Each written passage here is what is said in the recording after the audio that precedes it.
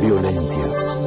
El siguiente programa contiene escenas violentas que pueden ser inapropiadas para algunos espectadores. Se recomienda prudencia. En Washington, D.C., el crimen era epidemia. Las pandillas, combatidas por el tráfico de drogas, dejaban víctimas a su paso. La policía metropolitana estaba sobreexigida, mientras el promedio de homicidios se elevaba a más de 400 víctimas por año. Pero antes de que los oficiales pudieran frenar la ola de violencia, se convirtieron en sus blancos. Un asesino de policías estaba suelto, y las fuerzas del orden acudieron al FBI para detenerlo. Las pruebas se acumulan. Aún no hay sospechosos. Trade Center bombardeado. Una bomber capturado.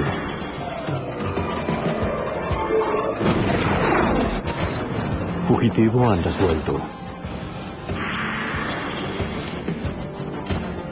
Los archivos del FBI. En 1995, Washington fue también la capital nacional del crimen. Ni los policías estaban a salvo. La gente del orden de Washington, D.C. apuntaba a los criminales, y los delincuentes atacaban a los oficiales, hasta los acribillaban mientras patrullaban. Soy Jim Castron, exdirector del FBI en Nueva York. Las víctimas aumentaron, y la policía local acudió al FBI por ayuda. Había que atrapar al asesino y establecer el orden en la ciudad. Pero las cosas empeoraron, en vez de mejorar. El 10 de enero de 1995, en un restaurante de comidas rápidas en el noroeste de Washington, D.C., Van Warren, oficial de la Policía Metropolitana, estaba tomando su descanso para cenar, mientras trabajaba medio tiempo como guardia de seguridad. Algunos comercios habían adoptado la costumbre de contratar a oficiales uniformados fuera de servicio para proteger sus establecimientos. De ese modo todos se sentían más seguros, tanto clientes como empleados.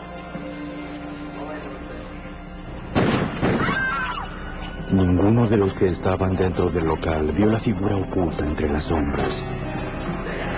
2 proyectiles rozaron por detrás del cuello del oficial. Este se asomó en la oscuridad en busca del agresor y luego solicitó ayuda por radio. ¡Hay disparos! El policía no sabía de dónde provenían los disparos, ni si el agresor aún estaba afuera, esperando para atacar otra vez. Los oficiales respondieron al llamado y acudieron al sitio. Pero el agresor no estaba a la vista. Logró huir. Sí, no debe estar lejos. No hubo intento de robo. Aparentemente el único propósito del agresor era asesinar al policía.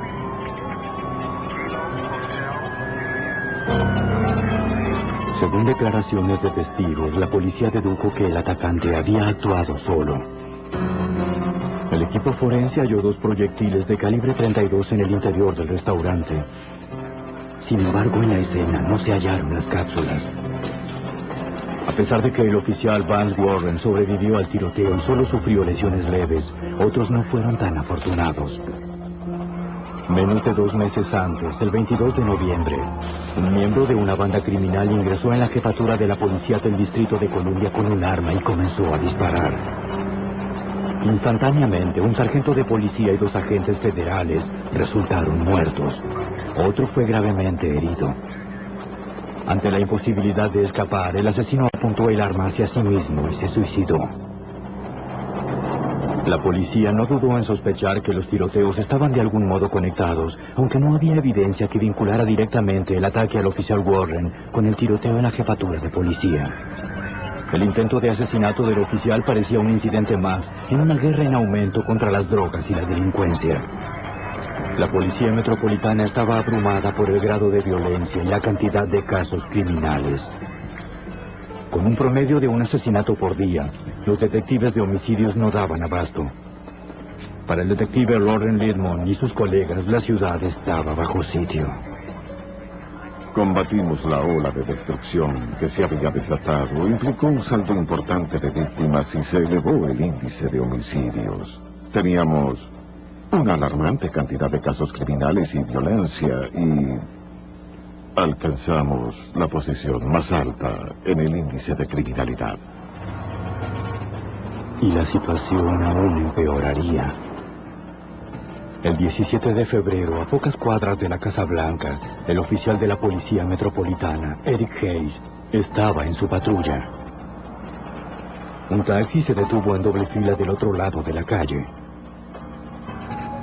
Mientras el oficial completaba unos formularios, un hombre se aproximó a su patrulla.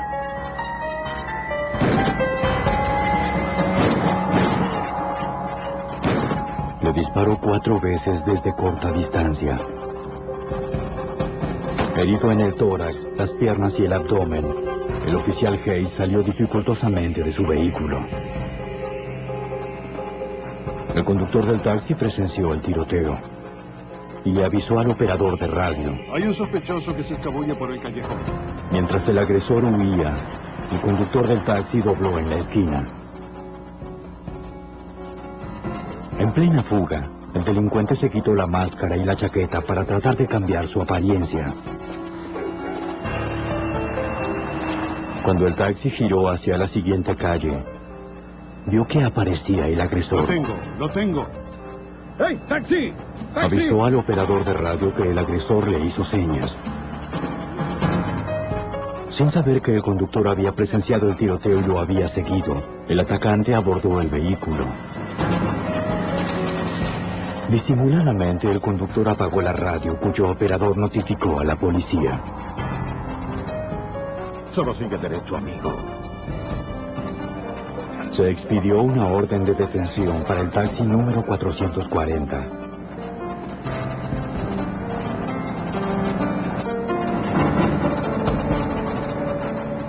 El conductor trató de conservar la calma, con la esperanza de que la policía localizara su vehículo.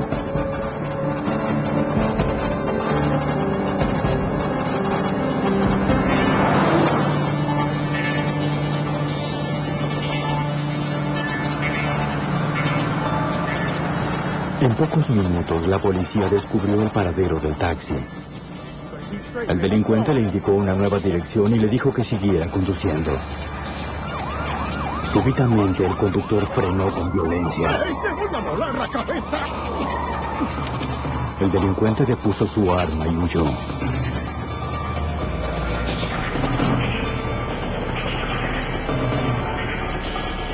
Evadió a los oficiales que lo perseguían.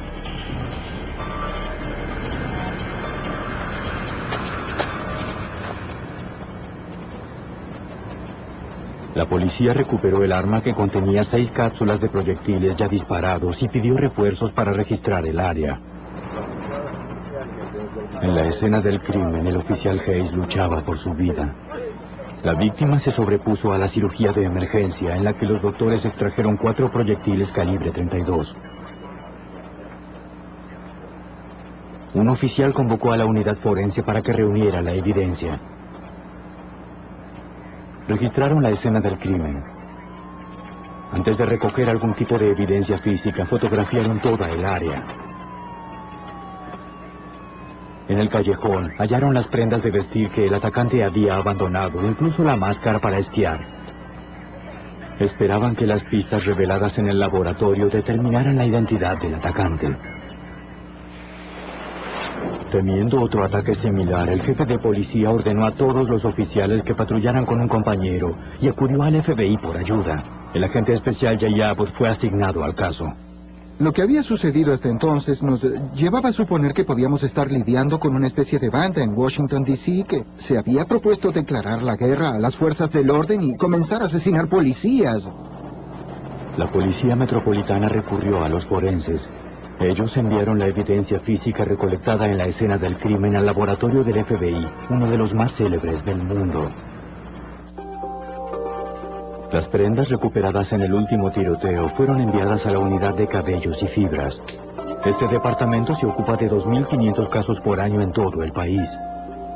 El caso de agresión a policías en Washington, D.C. pasó a ser la prioridad. Una vez que las prendas fueron restregadas sobre una hoja de papel blanco, la superficie fue cuidadosamente inspeccionada para hallar evidencia. Un experto descubrió un cabello en la máscara de esquí. Cuando surgiera un sospechoso, una muestra de su cabello sería comparada con el hallado en la escena del crimen.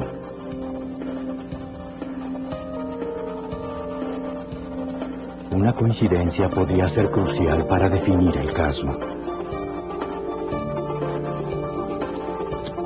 El arma, las cápsulas de percusión y los proyectiles recuperados fueron enviados a la unidad de armas de fuego del FBI. Los agentes tenían que determinar si el revólver calibre 32 abandonado por el sospechoso era la misma arma utilizada para disparar contra el oficial.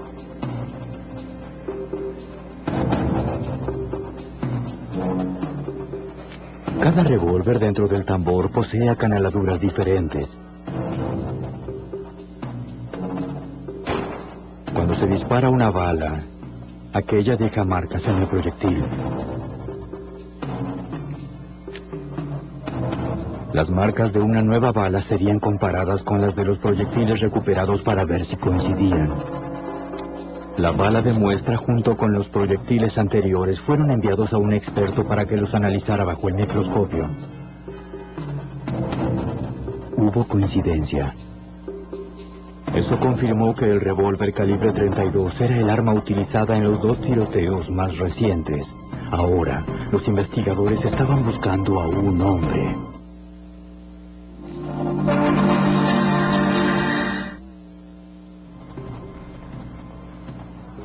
Para hallar al sospechoso, la Policía Metropolitana y el FBI convocaron al único testigo ocular, el conductor del taxi.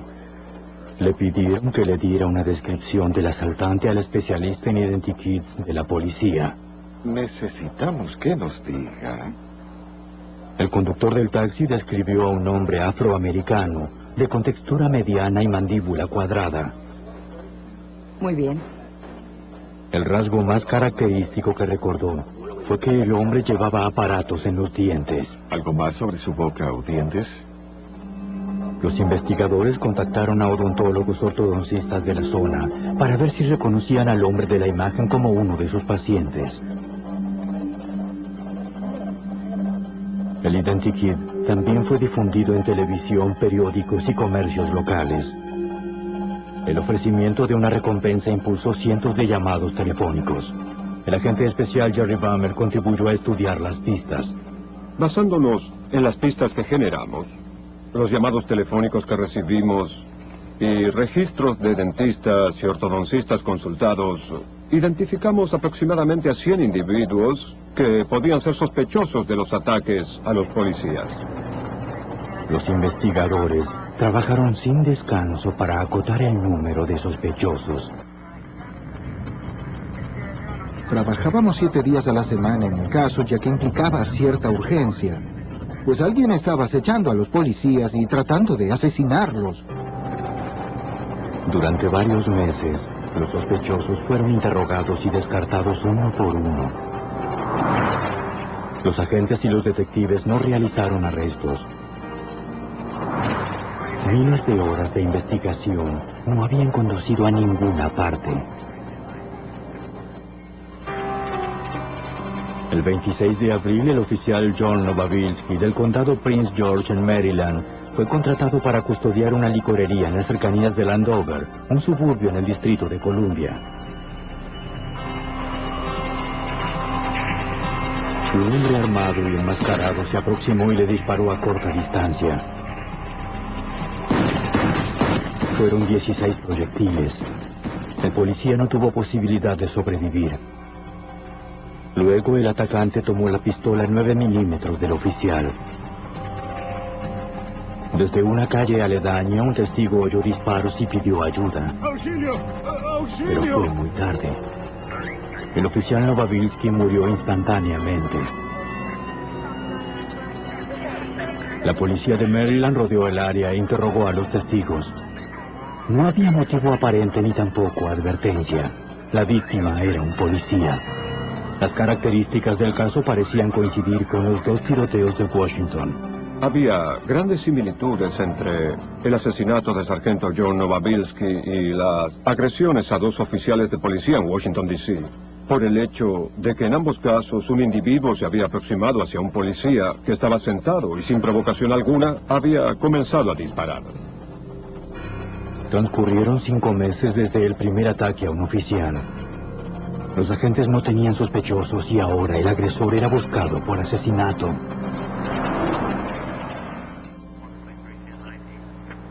La policía de Washington y los agentes del FBI registraban las calles en busca del agresor que había herido a 2 de sus colegas. Mientras continuaban la cacería, la policía de Maryland hizo un arresto por el asesinato de uno de sus oficiales. No había evidencia que conectara al sospechoso de Maryland con los 2 ataques a policías en Washington, D.C. El agente especial Jay Abbott creyó que el agresor de Washington aún estaba suelto y podía atacar en cualquier momento.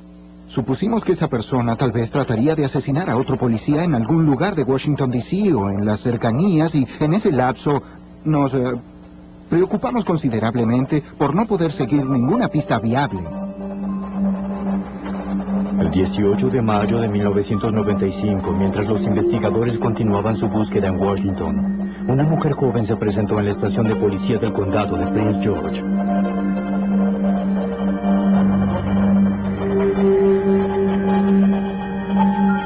Nadine McRae, golpeada y magullada, le explicó al oficial a cargo que había sido atacada por su novio.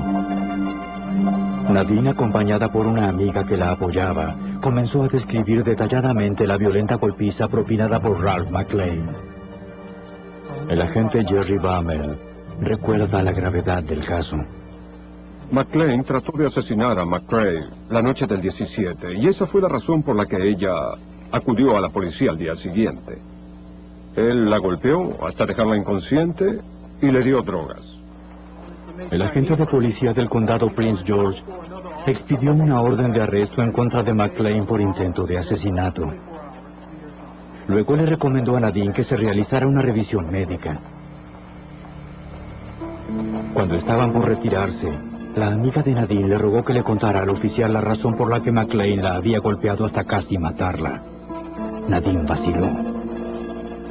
Ella temía la reacción de McClane si decía algo más. Finalmente, con cierta reticencia, le dijo al oficial lo que sabía. La noche en que la imagen del sospechoso apareció en televisión 3 meses antes, ella se había sorprendido al ver a McClane quitándose los aparatos de los dientes. Cuando ella lo interrogó, McClane le gritó que se metiera en sus propios asuntos. ¡Vete! Según Nadine, su novio Ralph McClane no solo era responsable de los ataques en Washington, sino que además era el asesino de policías. ¡Vete ya! Su novio le comentó que la policía había detenido a una persona equivocada por el tiroteo de Landover, Maryland, contra el oficial Novabilski. Ella les dio a los agentes la clave que estaban buscando. De acuerdo, Nadine. Llamaré a otro detective que está a cargo del caso. Nadine McRae, que al principio estaba reticente a hablar, sabía que ahora no podía echarse atrás. Creo que ella se dio cuenta de lo peligroso que era su novio y estuvo dispuesta a cooperar con nosotros. Y en ese momento ella tomó conciencia de que su propia vida estaba en peligro, al haber revelado todo lo que sabía sobre el sujeto. Los agentes ingresaron el nombre de Ralph McClane en el Centro Nacional de Información de Crímenes para verificar si el sospechoso tenía antecedentes criminales. La base de datos reveló al agente Bammel que McClane no era ajeno al crimen. Se obtuvo una orden para registrar el apartamento de McClane.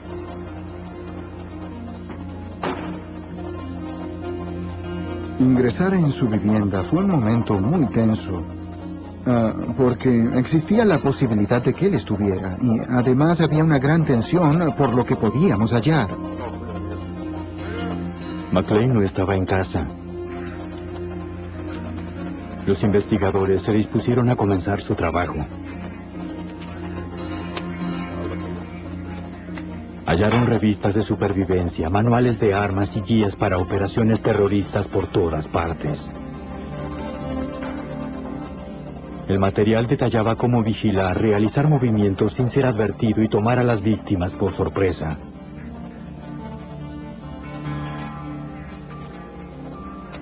En la sala, el equipo forense descubrió una máscara de esquí negra, similar a la hallada en el sitio del segundo tiroteo. Además, descubrieron proyectiles de 9 milímetros del mismo tipo utilizado en el asalto en el que había muerto el oficial de Maryland. En una gaveta hallaron más municiones. Esta vez correspondían a un arma calibre 32. Eso fue muy importante para nosotros. El atacante del sargento Eric Hayes y el oficial Vance Warren había utilizado un revólver calibre 32 durante el tiroteo. También hallaron un arma manual Mac 11. Además, en la casa descubrieron cientos de panfletos contra la policía. Buscaron cabellos para compararlos con los hallados previamente. Tomaron muestras de los cepillos, las cobijas y el desaguadero del lavabo de la sala de baño. Aquí hay fibras, hay que ser cuidadosos. Si los cabellos hallados en el apartamento de McLean coincidían con los de la escena del crimen, tendrían evidencia forense en contra del fugitivo. Hay más aquí. Déjame quitar el resto.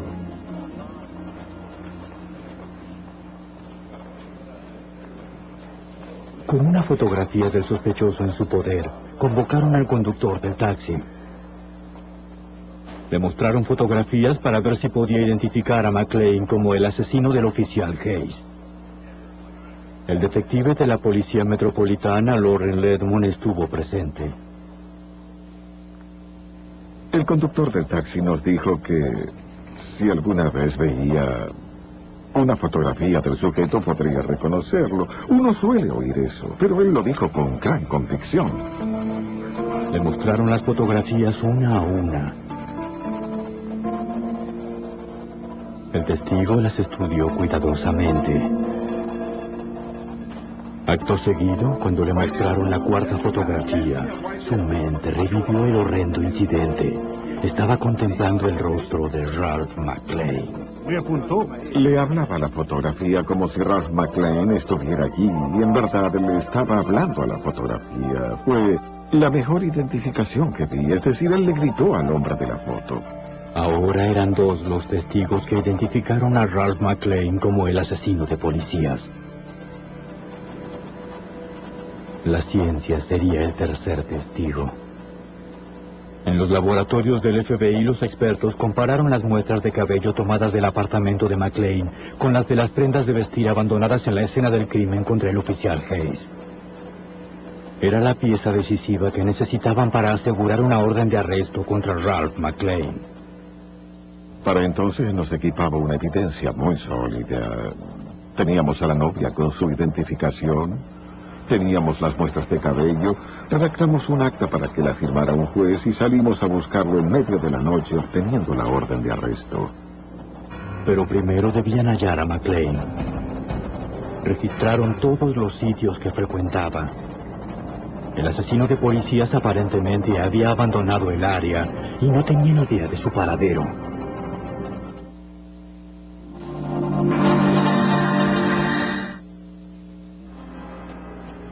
McLean era buscado por atacar a 3 oficiales de policía dentro y fuera de Washington, D.C. y por asesinar a otro. Había transcurrido un mes desde el último tiroteo y los investigadores no tenían pistas de su paradero. Pidieron colaboración a su novia, Nadine. Sí, está bien. Ella estaba bajo custodia policial permanente desde que McLean había tratado de asesinarla. Atiende. De acuerdo. Nadine telefoneó a McLean a su celular. Él no sabía que los investigadores estaban oyendo. ¿Nos vemos? Mientras hablaban, el agente especial Jay Abbott y su equipo pudieron rastrear los movimientos de McLean.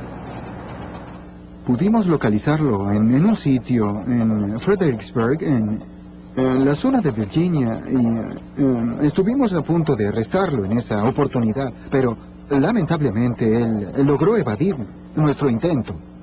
Él lo evadió. Las conversaciones se prolongaron durante 2 días más. Las autoridades comprobaron que McLean viajaba en dirección sur hacia Florida. Pero él nunca le indicó a Nadine una ubicación específica. Los investigadores se preguntaban si McLean sabría que su novia estaba colaborando con la policía. Ella les informó que él controlaba permanentemente las noticias con un televisor portátil. Si querían atraparlo, tendrían que sorprenderlo y mantener su nombre fuera de los medios. Eso implicaba mantener la orden de arresto fuera del sistema nacional.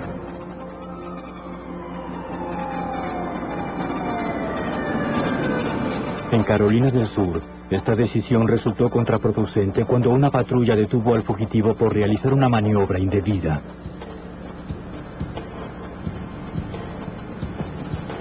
El oficial se aproximó y le pidió al conductor su licencia y el registro del vehículo. McLean le mostró los papeles y aseguró que su licencia estaba en la cajuela. El oficial de Carolina del Sur, a pocas semanas de retirarse, lo siguió hasta la parte trasera del vehículo.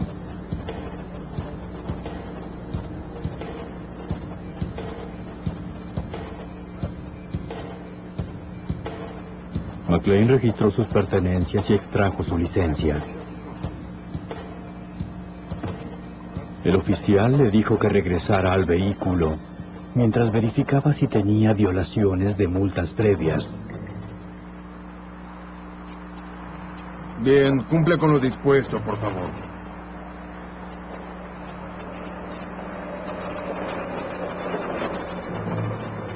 También controló si el automóvil había sido denunciado por robo.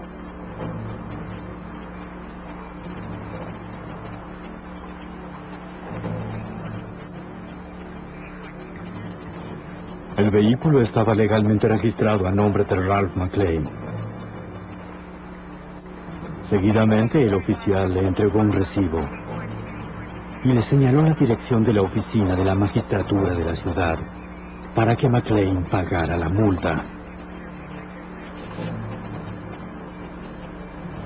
El policía salió ileso del incidente, pero las autoridades perdieron una oportunidad de capturar al asesino de policías.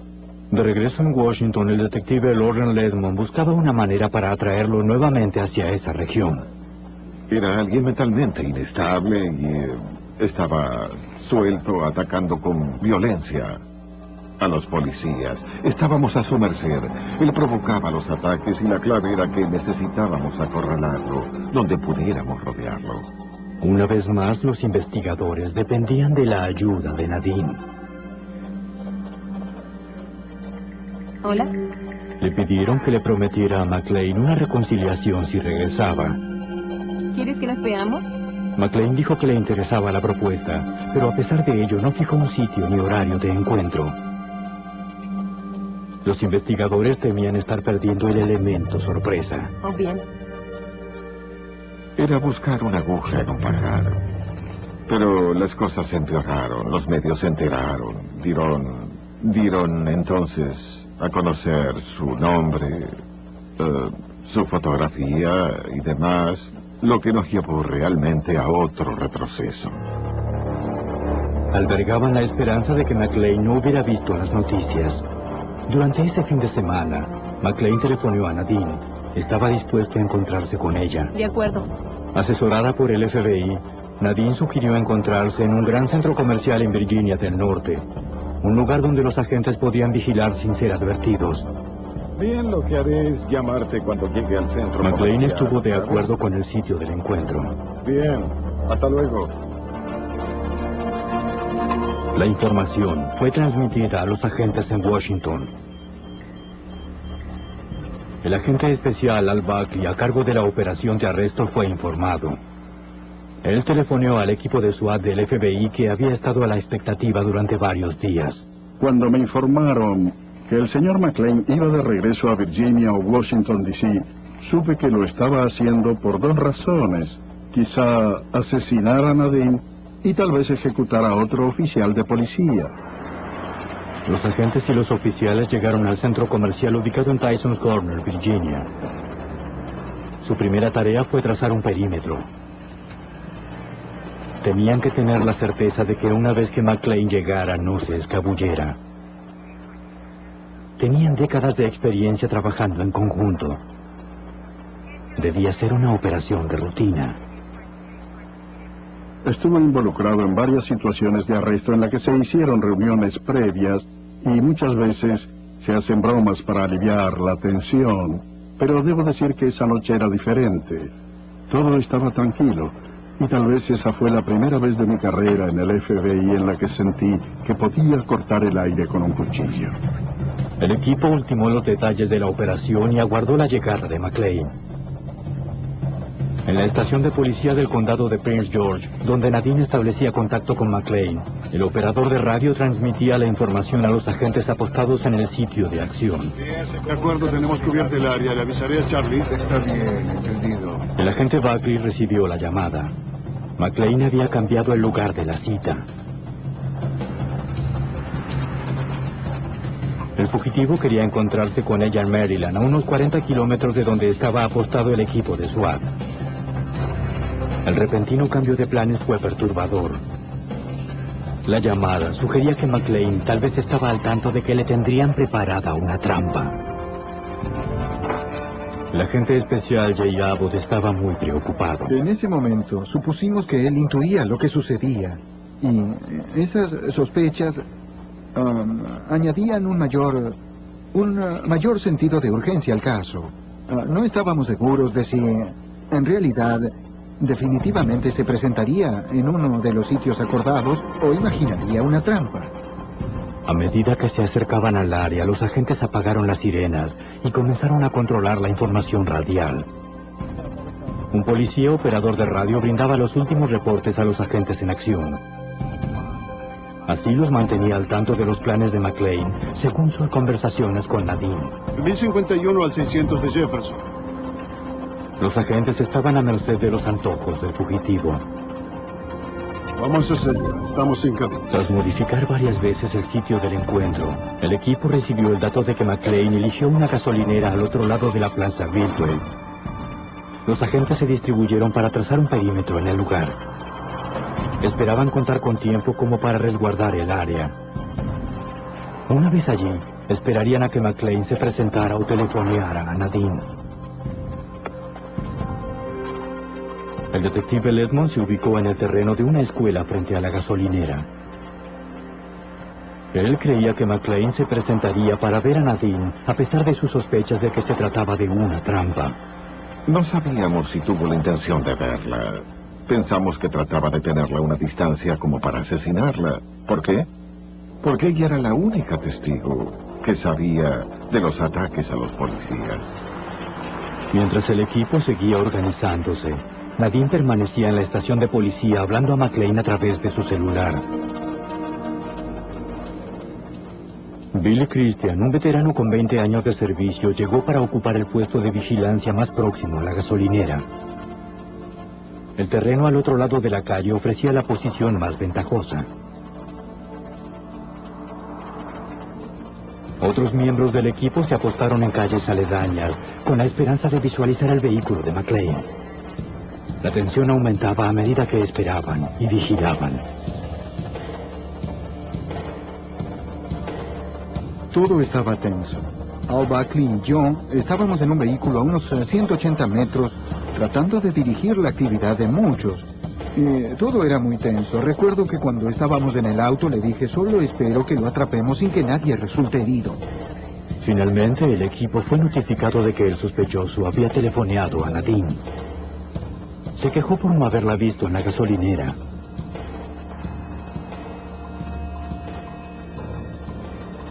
McClane estaba en el área, pero los agentes no podían precisar su ubicación exacta.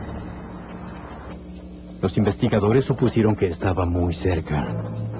En ese momento él estaba murmurando, lo cual me hizo suponer que había alguien cerca y eso me hizo observar el lugar. ¿Podía estar tan cerca sin saberlo?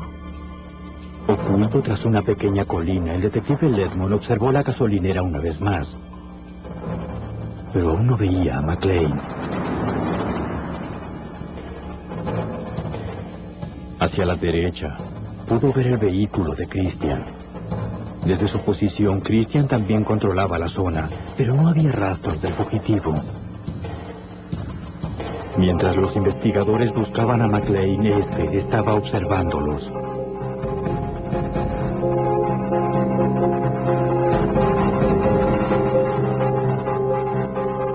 El elemento sorpresa y la ventaja táctica eran de McClane. Camuflado con vestimentas oscuras, observaba el vehículo donde el agente Christian aguardaba y vigilaba.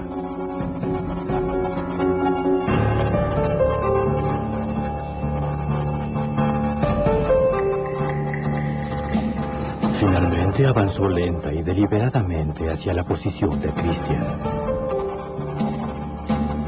Los agentes sabían que estaba allí afuera, en alguna parte. La ansiedad aumentó desde que los llamados de McClane a Nadine se interrumpieron. El asesino de policía siguió avanzando. Como Christian tenía la vista fija en la gasolinera, McClane lo acechaba.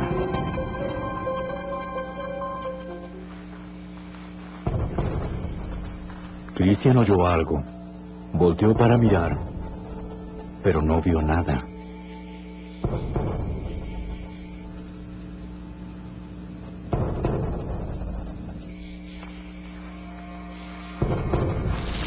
Volvió a oír y miró a su alrededor, pero no había nadie.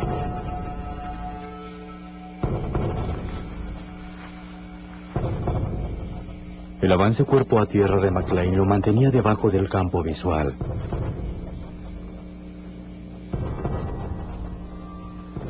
El asesino siguió avanzando hacia su presa que no sospechaba nada.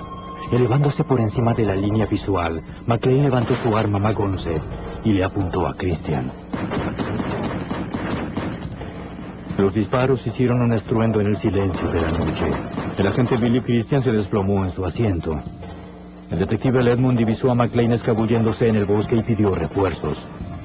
¡Un oficial fue atacado! ¡Repito! ¡Un oficial!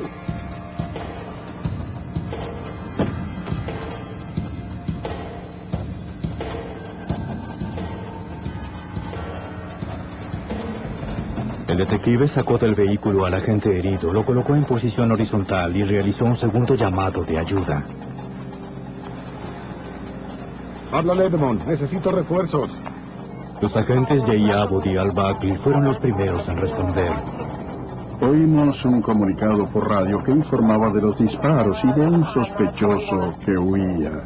Al ver el vehículo de Billy Christian, supimos que fue atacado. La ventanilla estaba destrozada. El detective Edmond trató de asistir al agente herido antes de que llegaran las unidades de rescate. Él había sido herido desde el lado izquierdo a 45 grados y luego recibió varios golpes. Estaba muerto. El asesino de policías había cobrado otra vida.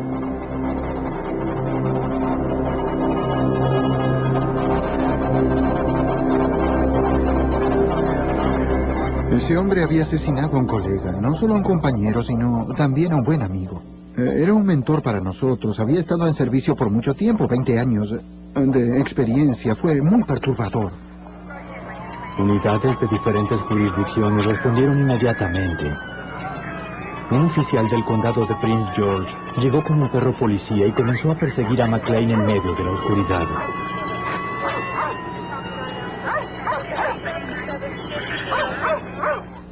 Recuerdo que corrió hacia el auto y vio el cuerpo de Billy y olfateó la puerta y luego volteó y comenzó a establecer una línea recta hacia una escuela. El equipo se adentró en medio de la oscuridad con el perro y sus armas semiautomáticas. No sabía si avanzaba hacia otra trampa. Comenzamos a explorar el bosque. Tenía la linterna y recuerdo que encendía y apagaba la luz en forma intermitente, porque en ese momento yo tenía mucho miedo de que el señor McClane nos tomara como blanco. La oscuridad jugaba a favor de McClane. Nos adentramos en el bosque para tratar de localizar el camino por el que había huido o el sitio hacia donde corría. Y cuando pienso en ello, creo que fue un error, pero en ese momento las emociones eran muy fuertes. El equipo seguía avanzando, pero McClane tenía ventaja como para planear un engaño. Mientras huía de la escena, tras haber disparado a Bill Christian, McClane había telefoneado al 911 para informar que había visto a un hombre armado que abandonaba el área en un vehículo. Bien, este fue un intento obvio para tratar de llevar a quienes lo estábamos persiguiendo en otra dirección y facilitar su fuga. Rastreando la llamada, los agentes averiguaron que él aún estaba en la zona, pero no sabían exactamente dónde. Al parecer, el asesino de policías fugitivo había evadido a las autoridades una vez más. Corrió por el estacionamiento de una plaza cercana. El equipo estaba enfurecido por el asesinato sin sentido de Bill y Christian. Se propusieron continuar la búsqueda. Juraron detener al asesino de policías antes de que pudiera atacar nuevamente.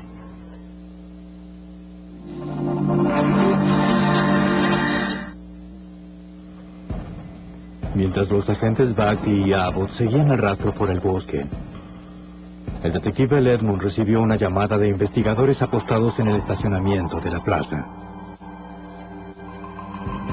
El señor McLean había corrido y se había ocultado detrás de la tienda. Había una gran rampa que conducía a la parte trasera del local donde había 3 camiones. Él se atrincheró detrás de esos vehículos. McLean disparó a los oficiales que lo perseguían. Ellos se cubrieron arrojándose al suelo y devolviendo los disparos. Al salir del bosque, los agentes Abbott y Buckley vieron que sus compañeros eran atacados.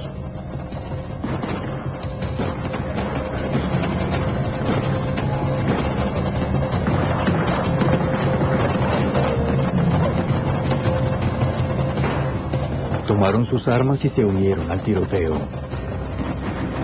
McLean estaba atrincherado y bien armado.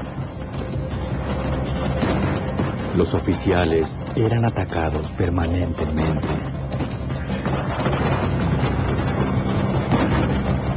Nadie sabía cómo llegar a él sin exponer otra vida. Jerry Bammel, del equipo SWAT del FBI, llegó a la escena. Le apuntó al fugitivo, pero no tenía una línea directa de disparo. Entonces, vio la oportunidad de flanquear a McLean y colocarse a su derecha.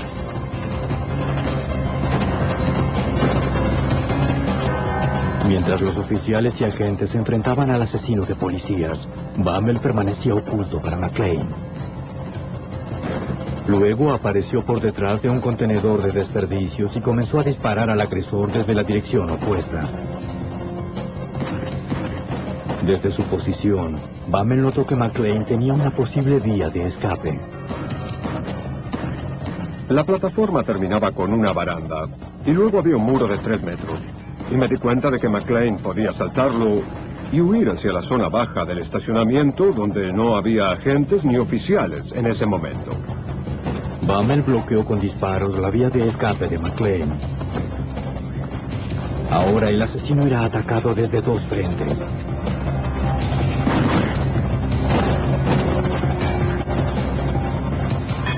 Volteó y disparó hacia el sitio donde estaba apostado Bammel.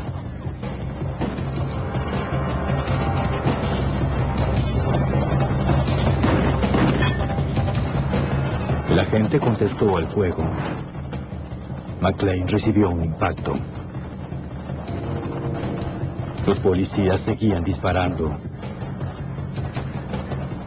McLean disparó una vez más. Luego, hubo un silencio. Aguardé un momento. Y luego oí la voz de alguien que decía, le dimos, le dimos. Bammel vaciló antes de avanzar hacia McLean para cerciorarse de que no fuera otro truco. Mientras los demás esperaban con las armas preparadas, el agente Bammel se abrió camino a través de los camiones y se acercó a la figura inmóvil. Otro agente avanzó desde el lado opuesto. A medida que se aproximaban, un oficial gritó desde la oscuridad que había visto movimiento.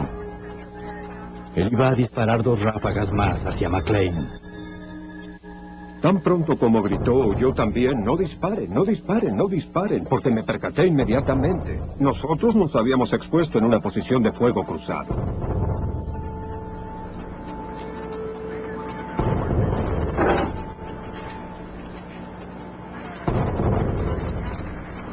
Todo había terminado.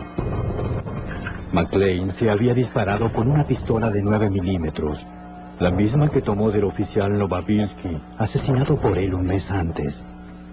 El asesino de policías estaba muerto, pero el precio había sido demasiado alto. En mi opinión, este sujeto tenía un solo objetivo en su mente, que consistía en matar a oficiales de policía. La razón, nunca lo sabremos. Pero al parecer fue lo que él decidió hacer en algún momento de su vida y por algún motivo. El agente Bill Christian estaba a punto de retirarse cuando fue asesinado. Había trabajado con el agente Bammel durante su prolongada carrera. Billy era un agente con 20 años de experiencia en el FBI. Era un experto tirador, instructor de tiro y uno de los primeros miembros de rescate de rehenes del FBI, equipo de armas especiales y táctica de tiempo completo. Y también integraba el equipo de SWAT de Washington Hill.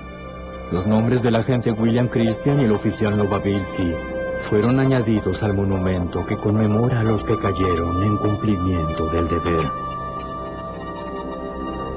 Mi oficina en el FBI tiene vista al Monumento Nacional en memoria de los oficiales defensores del orden, y no transcurre un día en que no piense en mis amigos. Su sacrificio permanece vívido y es conmemorado cada día de los caídos en la guerra. Cuando se pierde a un compañero o a una compañera, se tiene la sensación de que una parte de uno muere, pero no serán olvidados.